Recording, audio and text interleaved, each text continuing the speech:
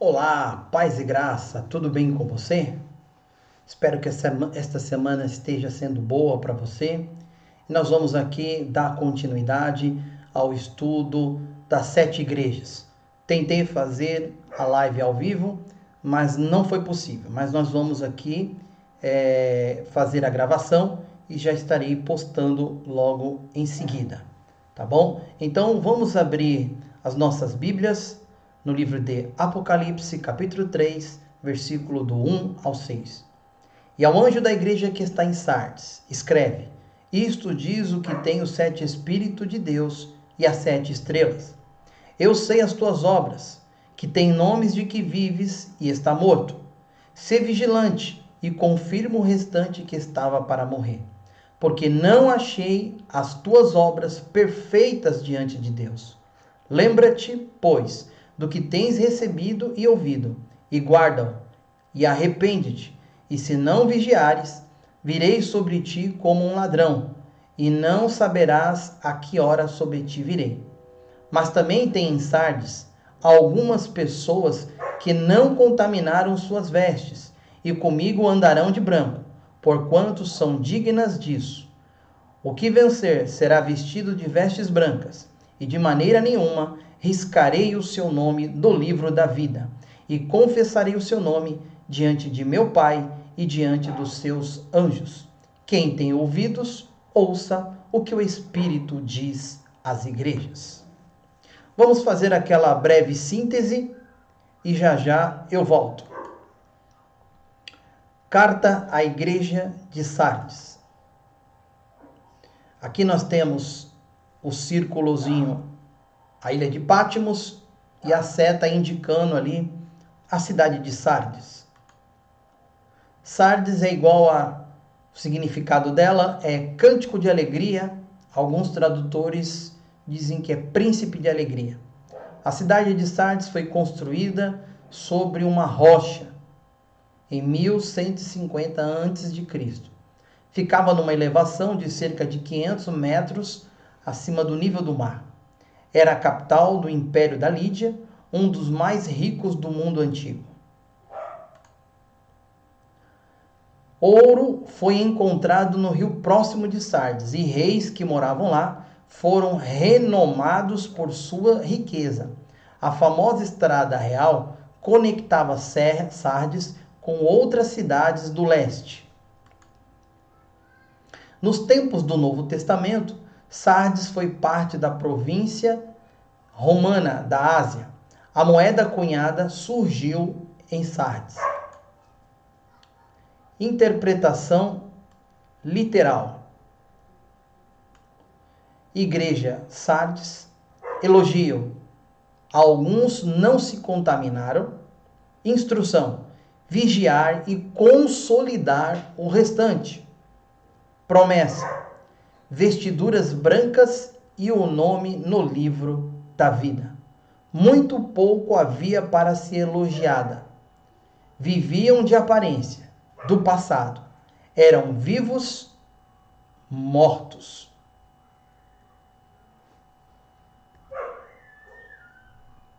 Interpretação literal. 7 Espíritos de Deus. As 7 características do Espírito Santo, segundo Isaías 11:2. Repousará sobre ele o Espírito do Senhor, o Espírito de sabedoria e de entendimento, o Espírito de consolo e de fortaleza, o Espírito de conhecimento e de temor do Senhor.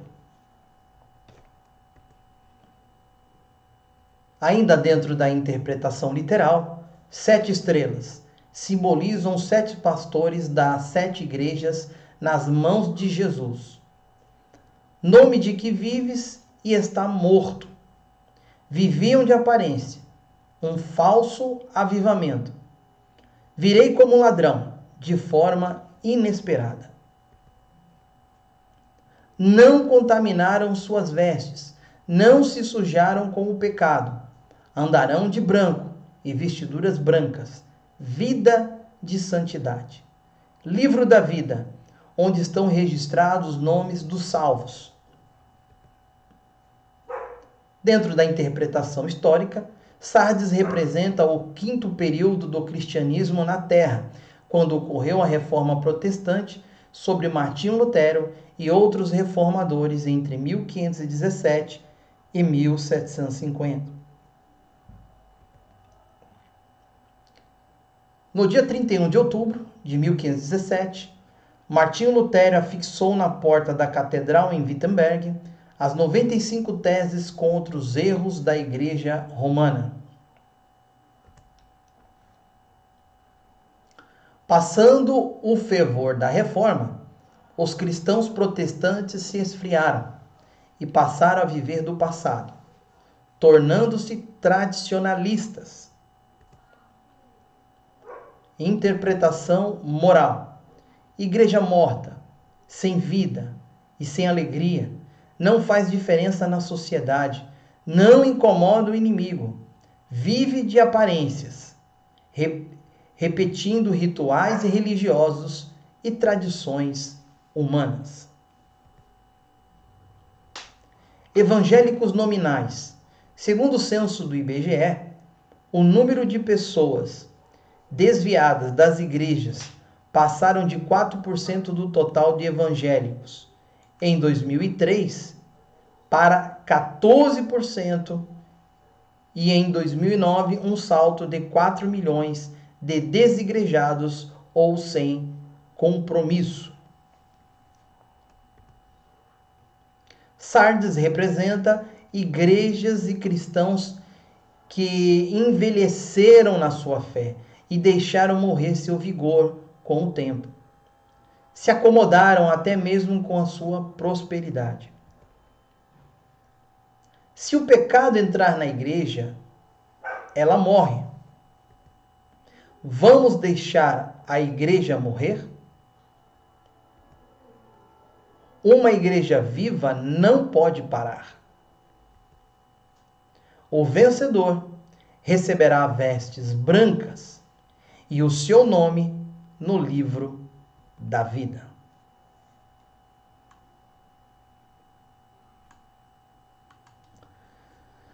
Pois é, fizemos aí uma síntese dos acontecimentos ali na igreja de Sardes e a sua postura, também a postura da igreja. E aí nós vamos aqui prosseguir.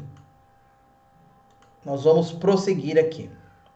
Pois bem, eu vou aqui fazer uma introdução, falar um pouquinho mais da igreja de Sardes, que era uma igreja que se situava no pequeno continente asiático, assim como todas as outras, hoje na atual Turquia, né? A porção asiática. Essa era a antiga capital do antigo reino da Lídia, então foi uma cidade muito importante. Originalmente, Sardes foi uma fortaleza poderosa, mas Ciro, o rei da Pérsia, derrotou esta cidade e outras da redondeza no ano de 549 a.C. Essa cidade passou às mãos de Antíoco o Grande, ali por ocasião em que essa carta estava sendo escrita. Achava-se essa igreja em uma situação espiritual extremamente melindrosa. O processo de declínio de seu pastor fora tão sutil que, na realidade, nem fora observado. 2 gêneros de mortes estavam rondando este anjo: a morte moral e a morte espiritual. A glória de Sardes estava no seu passado. No 6º século a.C., a cidade tinha sido, como falei, ali a capital, né, de Lídia. Agora, nos tempos do Novo Testamento, ela estava reduzida à relativa obscuridade. Ou seja, era uma cidade ali que não tinha tanta importância. Seu único destaque era que ali encontravam bastante estradas, né? Estradas romanas. E ela era importante centro industrial de produtos de lã e de tinturaria. O culto mais importante que nós encontramos ali em Sardes, na religiosidade dos sardenses, é o culto a Cibele. Cibele, ela era conhecida como a deusa da ressurreição, ou aquela que dava a vida. Há muitos mistérios aí envolvida nesta religião aí, a Cibele. Mas também podemos também salientar que ali também tinha o culto a Dionísio, ao conhecido deus Baco dos romanos, o deus do vinho. O povo da cidade era conhecida por sua maneira de viver. Eles viviam em luxúria, eles viviam de forma dissoluta. É significativo que a carta não diz nada sobre a hostilidade dos judeus, perseguição pública ou ensino herético. O problema principal é uma profunda apatia espiritual, resultado talvez da despreocupação e do amor ao luxo que caracterizava a sociedade secular. Então nós trazemos aqui uma introdução sobre a cidade de Sardes, assim como também da igreja. Então nós vamos trabalhar aqui versículo por versículo. O versículo 1, nós entendemos aqui que é a autoridade que fala, e a autoridade é Jesus Cristo, né? Como em todas as cartas ele se coloca desta maneira, ele se coloca desta forma, e aqui ele apresenta os seus atributos, alguns dos seus atributos, né? Porque se nós fôssemos falar dos atributos de Cristo, é algo infindável. Mas aqui ele menciona, e ele diz, isto diz o que tem os 7 Espíritos de Deus e as 7 estrelas. E sei as tuas obras, que tens nomes de que vive e está morto. Jesus ele faz um contraste aqui com a situação espiritual da igreja, com a realidade presente na cidade. Porque essa cidade ela foi fundada por volta de 1200 a.C. Então ela possuía um grande cemitério de ilustres dos seus príncipes, dos seus governadores, dos seus reis que governaram essa cidade. E Cristo agora fala, olha, vocês, é como se ele estivesse falando aqui nas entrelinhas, ó, vocês estão mortos como esse cemitério que tem aí, desses ilustres que vocês consideram, mas vocês estão iguais a eles. Vocês estão mortos. Vocês não têm vida. E eu tenho 7 espíritos. É claro que nós sabemos que esses 7 espíritos não é realmente que Cristo tinha 7 espíritos, mas que ele tinha a suficiência, a plenitude, a completude de todas as coisas. É ele que podia fornecer, através dele, o espírito de vida, algo que não tinha ali naquela igreja.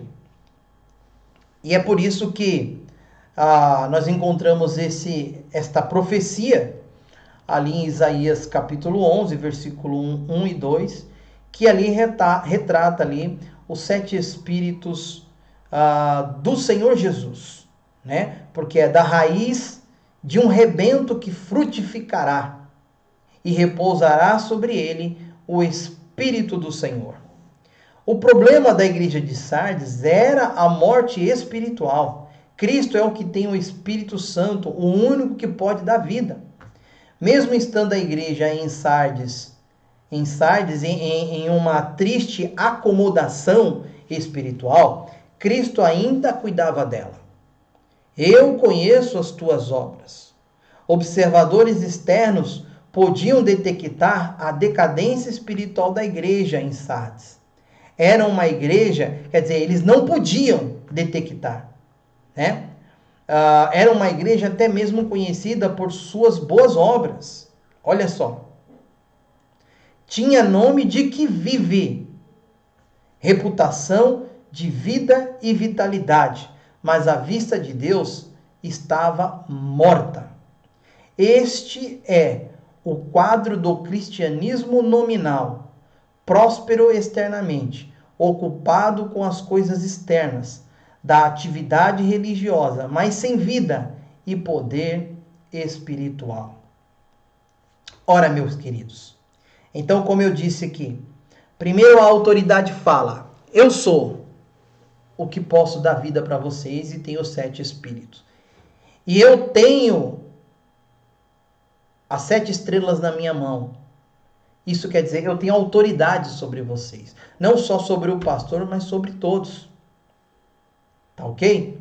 E aí ele diz assim, ó, vocês realmente estão mortos, vocês estão vivendo de reputação. Vocês são aparência. Vocês vivem de aparência. Sabe aquelas pessoas que vivem de aparência? Sabe aquelas pessoas que, como diz o ditado, come ovo e arrota caviar? Era o que estava acontecendo ali na igreja de Sardes. Eles se sentiam o tal, né? Se sentiam os santos, a igreja, né, verdadeira, a igreja que estava no caminho, mas era só a aparência. Era só a aparência. Eu vou até que me atrever a usar um termo que é bastante utilizado, é só capa, é só aparência. Igreja nominal. Ela vivia só de nome. Nesse caso, sua plenitude vale para uma igreja espiritualmente morta. A igreja que ela é morta, ela precisa da plenitude do Espírito. É lógico que todos nós precisamos. Mas aqui foi necessário que Cristo enfatizasse isso.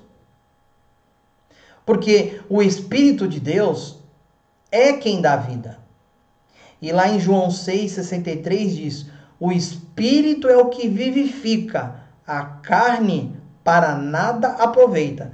As palavras que eu vos disse são Espírito e vida. Ou seja, não adianta nada essa aparência, essa superficialidade.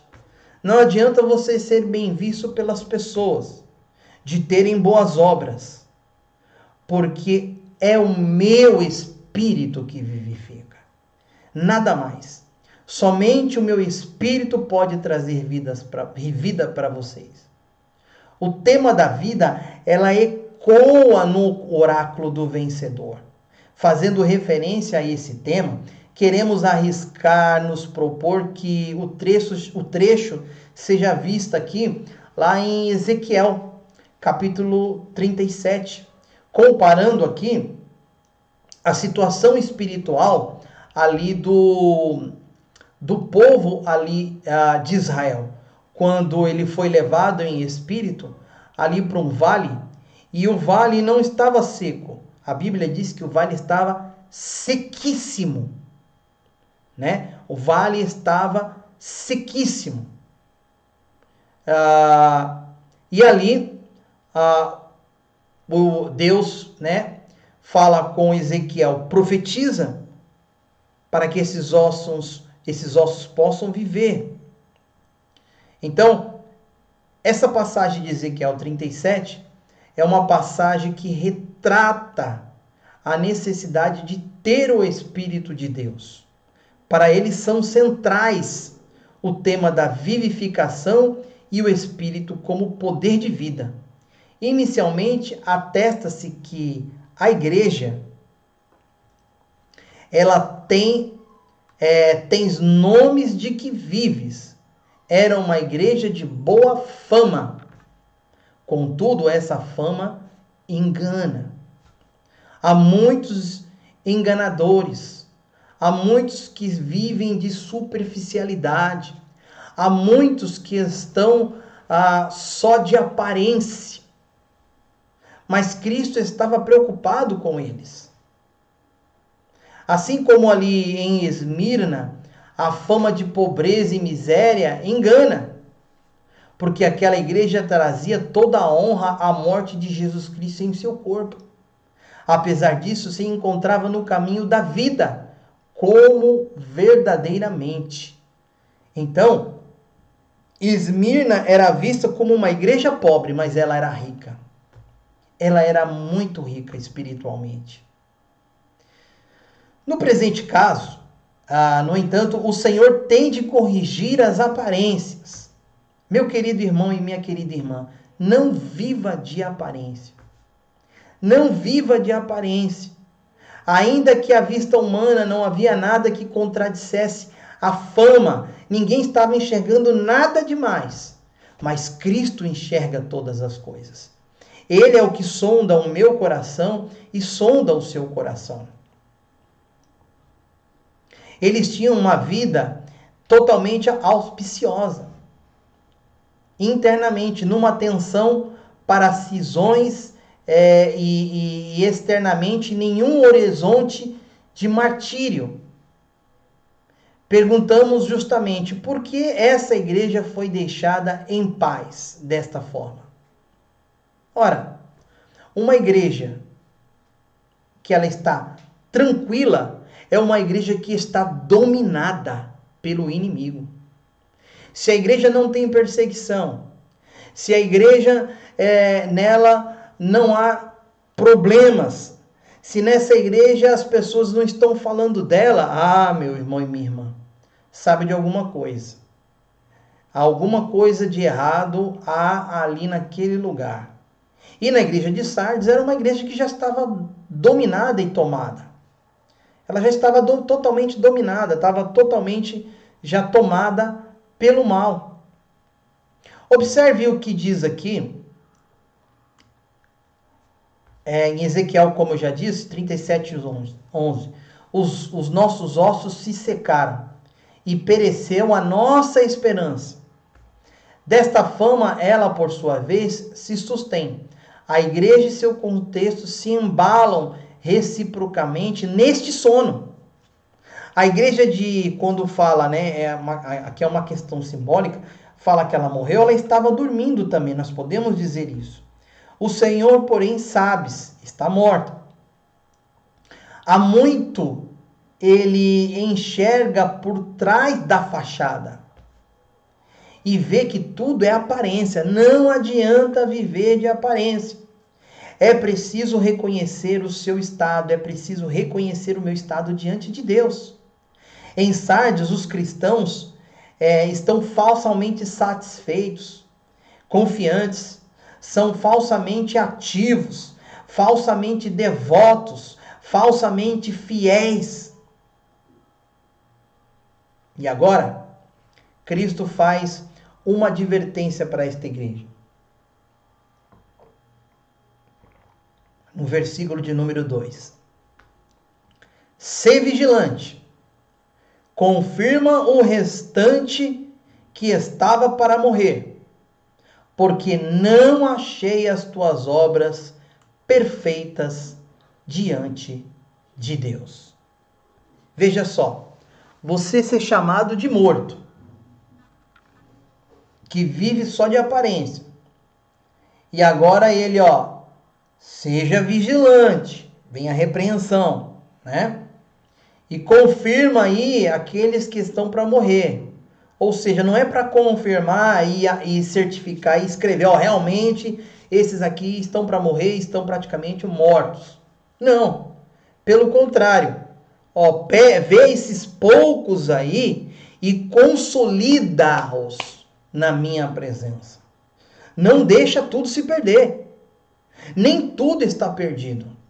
Nem tudo está acabado para você, meu irmão e minha irmã. Não está acabado. Cristo, ele vai até o fim. Ele foi até o fim na cruz do Calvário e ele está contigo até o fim da sua decisão. Entendeu? Porque agora ele diz assim: ser vigilante.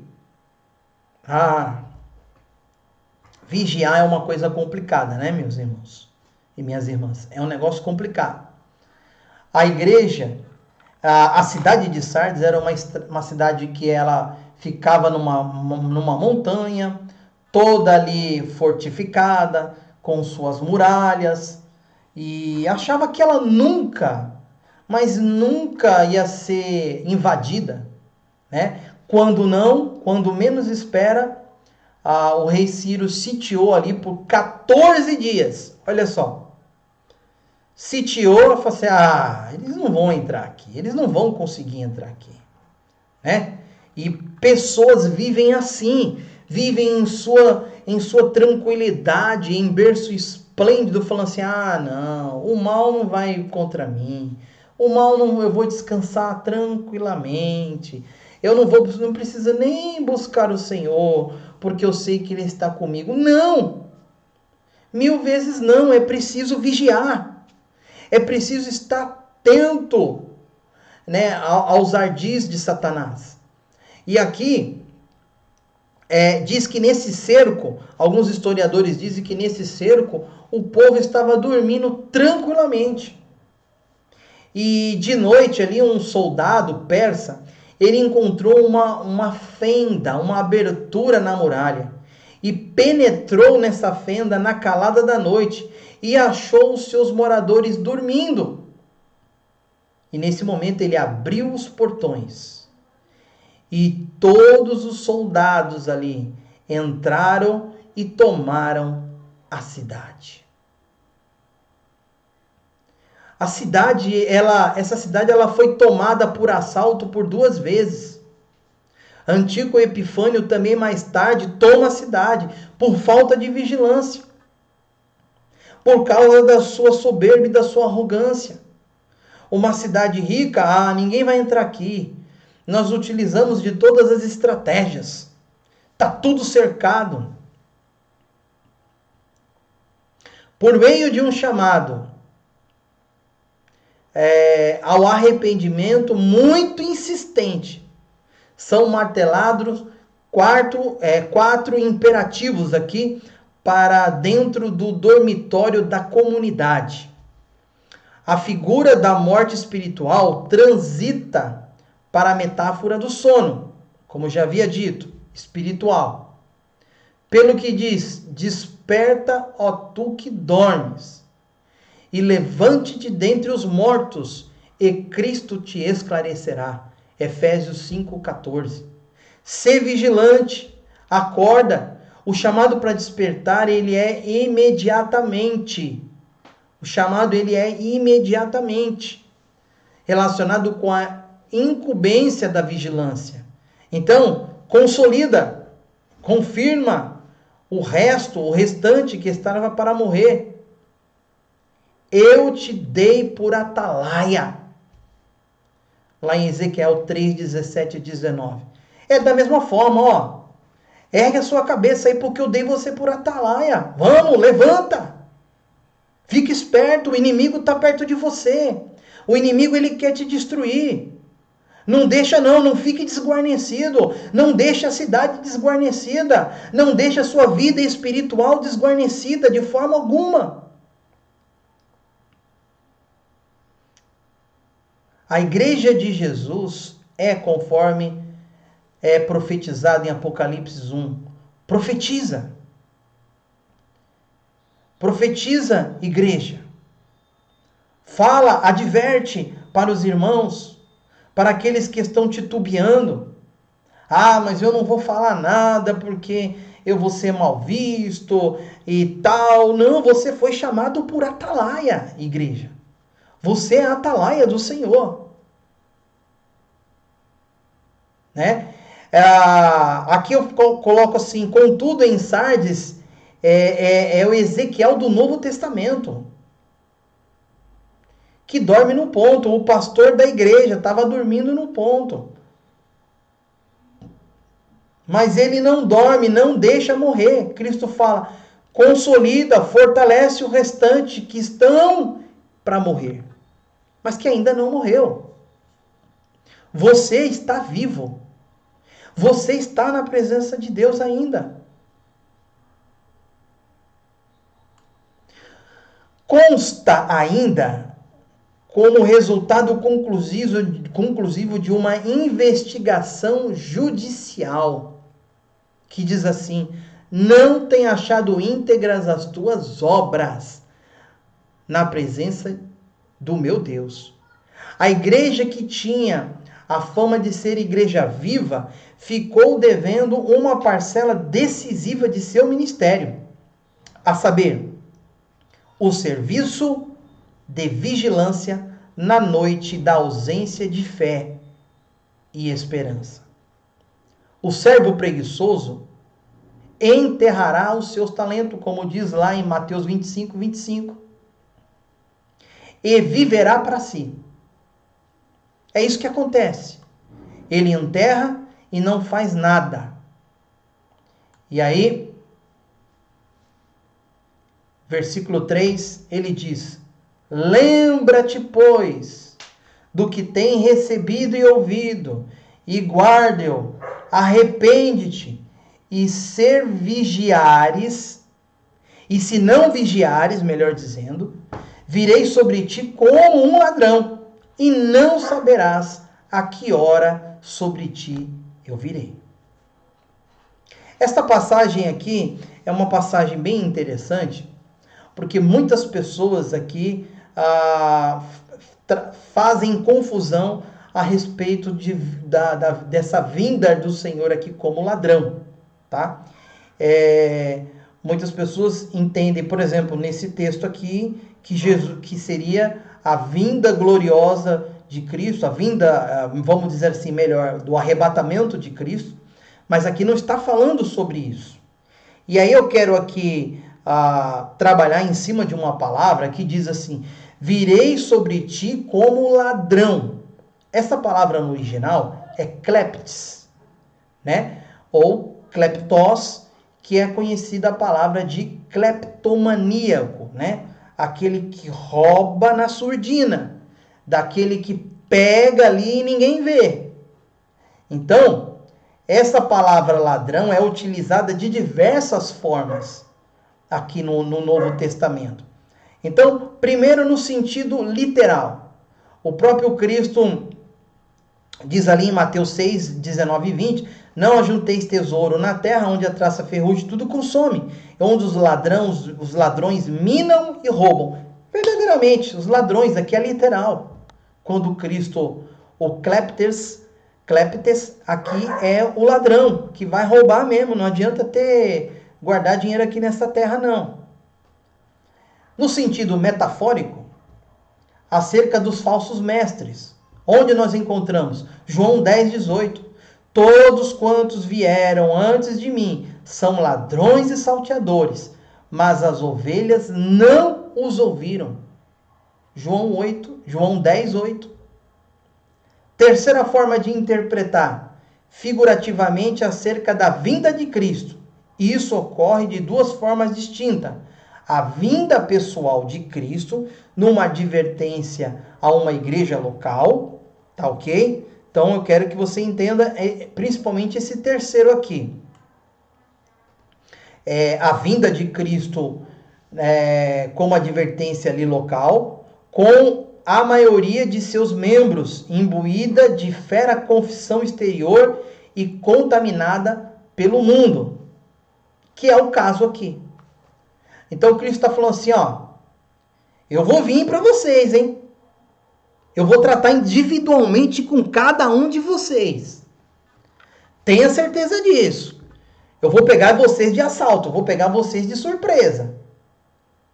Então aproveite agora que eu estou dando oportunidade para vocês. Aproveite esse momento. O momento é já, o momento é agora, para vocês mudarem a situação de vocês. Então, nesse terceiro exemplo que eu estou dando, né, de interpretação, é uma vinda pessoal, onde Cristo vem ali tratar pessoalmente com cada um deles e até mesmo tirar a vida deles, né? Aplicar ali uma sentença de juízo, vamos dizer assim. E a outra forma de nós interpretarmos, nós podemos confirmar esse tipo de interpretação também lá em Apocalipse 16, 15. Tá ok? O dia do Senhor em julgamento divino sobre o mundo. Agora aqui já é uma outra situação. Porque vós mesmos sabeis, está lá em 2 Tessalonicenses 5, 2, 4, que diz assim, porque vós mesmos sabeis muito bem que o dia do Senhor virá como ladrão de noite. Mas vós, irmãos, já não estáis em trevas, para que aquele dia vos surpreenda como um ladrão. Olha só. Então aqui é a vinda do Senhor para o mundo, né? Para poder vir aqui numa sentença de juízo, mas no sentido global, né? No sentido global. Então vamos continuar caminhando. Versículo de número 4. Mas também tem em Sardes algumas pessoas que não se contaminaram. Suas vestes, não contaminaram suas vestes, e comigo andarão de branco, porquanto são dignas disso. Em Sardes havia uma indústria de lã, a qual se destacava das outras cidades circunvizinhas. Lã de altíssima qualidade. Mas o que Jesus estava aqui fazendo essa? Porque Cristo é fantástico, irmão. Cristo, ele sempre fala dentro do contexto que nós vivemos, dentro do contexto político, geográfico, social. Ele sempre se insere dentro e faz essas comparações. Tá bom? Então Cristo está dizendo assim, olha, andarão comigo de vestes brancas, porque vocês têm uma boa lã, hein? A cidade de vocês, ó, na indústria têxtil é fantástico. Mas vocês, como é que estão? Irmãos, é sabido que até mesmo dentro da cultura pagã, dentro das religiões pagãs, o adorador, ele não podia se apresentar diante da divindade com vestes sujas. Isto o colocara em posição reprovável, tá ok? Diante de seu ídolo. O ídolo não aprovava. Então, como estavam as vestes daquela igreja? Como estavam as vestes daquele povo? Jesus agora aqui ele começa a fazer essa comparação. E aí vem a promessa. O que vencer será vestido de vestes brancas. E de maneira nenhuma riscarei o seu nome do livro da vida. E confessarei o seu nome diante de meu Pai e diante dos seus anjos.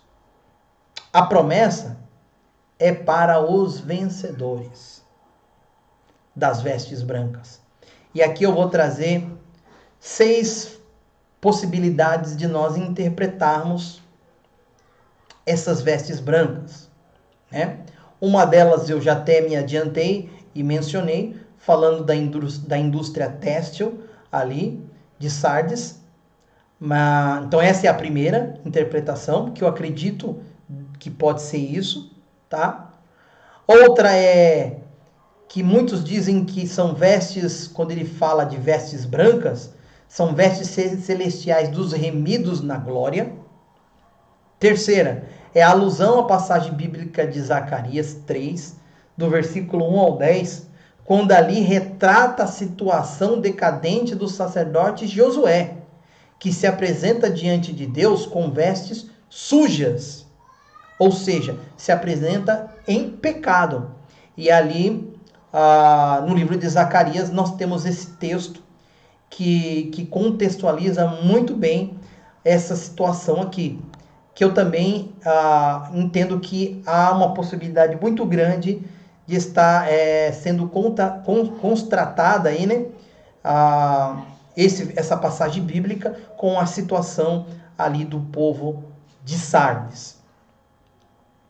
Quarta possibilidade são roupas de casamento, né? A justiça outorgada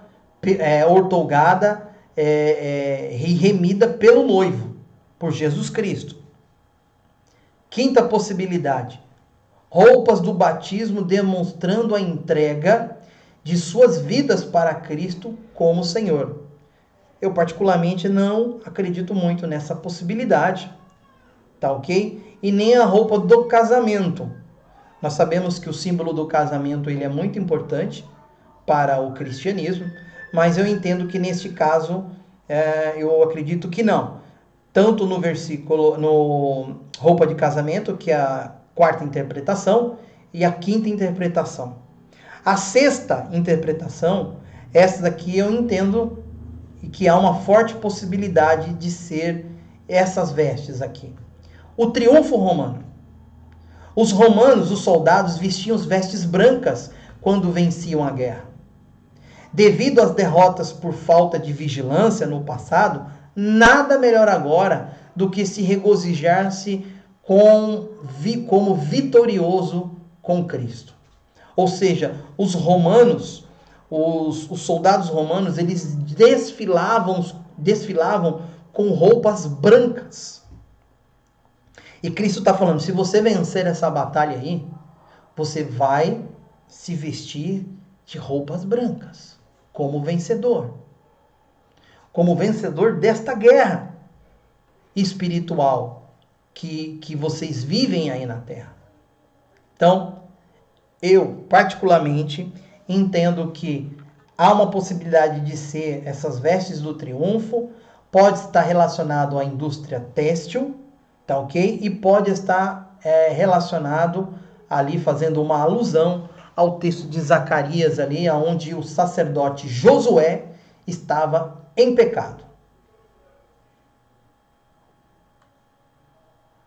E aí, chegando no 6º versículo, diz assim: quem tem ouvidos, ouça o que o Espírito diz às igrejas.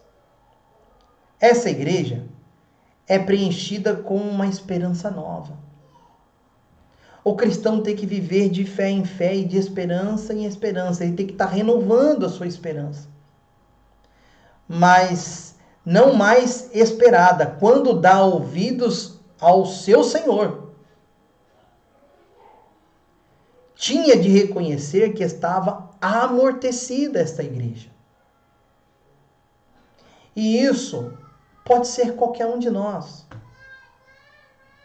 Eu, em alguma situação da minha vida, eu posso ter, sim, vivido uma situação de amortecimento, de sono espiritual. Quem não passou por essa situação? Né? Principalmente aí os mais velhos, né? Porque começar é fácil, terminar que é difícil. Para quem tem 20, 30, 40 anos na caminhada, é muito mais difícil. Nós precisamos estar vigilantes a todo momento. A vigilância é para todos, mas principalmente aqueles que já têm anos e anos de vivência, né? Precisa. Contudo, junto de Jesus, há um espírito sem medida. Há um espírito sem medida, recalcada e sacudida. Se você está numa decadência espiritual, o Espírito de Deus está aqui para trazer o sopro, o ruá, para a sua vida. O sopro de Deus. O Senhor mantém a oferta de vida a todo momento, integralmente de pé. As promessas de Deus estão de pé, para mim e para você. A igreja ainda se sente letárgica pela pesada sonolência. A igreja de Sardes. E você, como é que está? E como é que eu estou?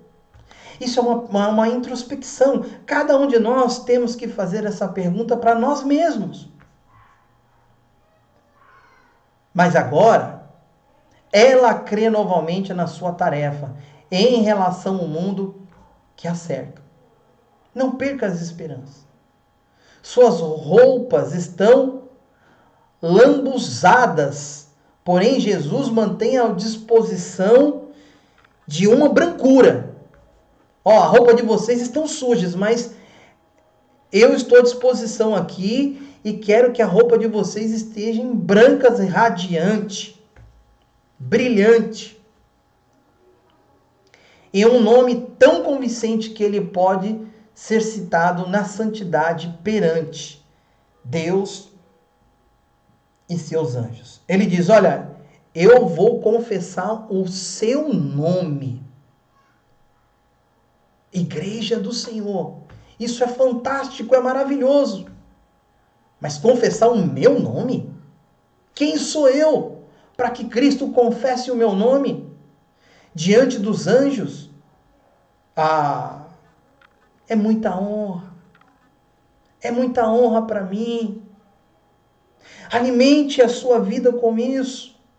Através das dificuldades, assim como você confessa o nome de Jesus aqui na terra, Ele vai confessar o seu nome diante dos anjos celestiais.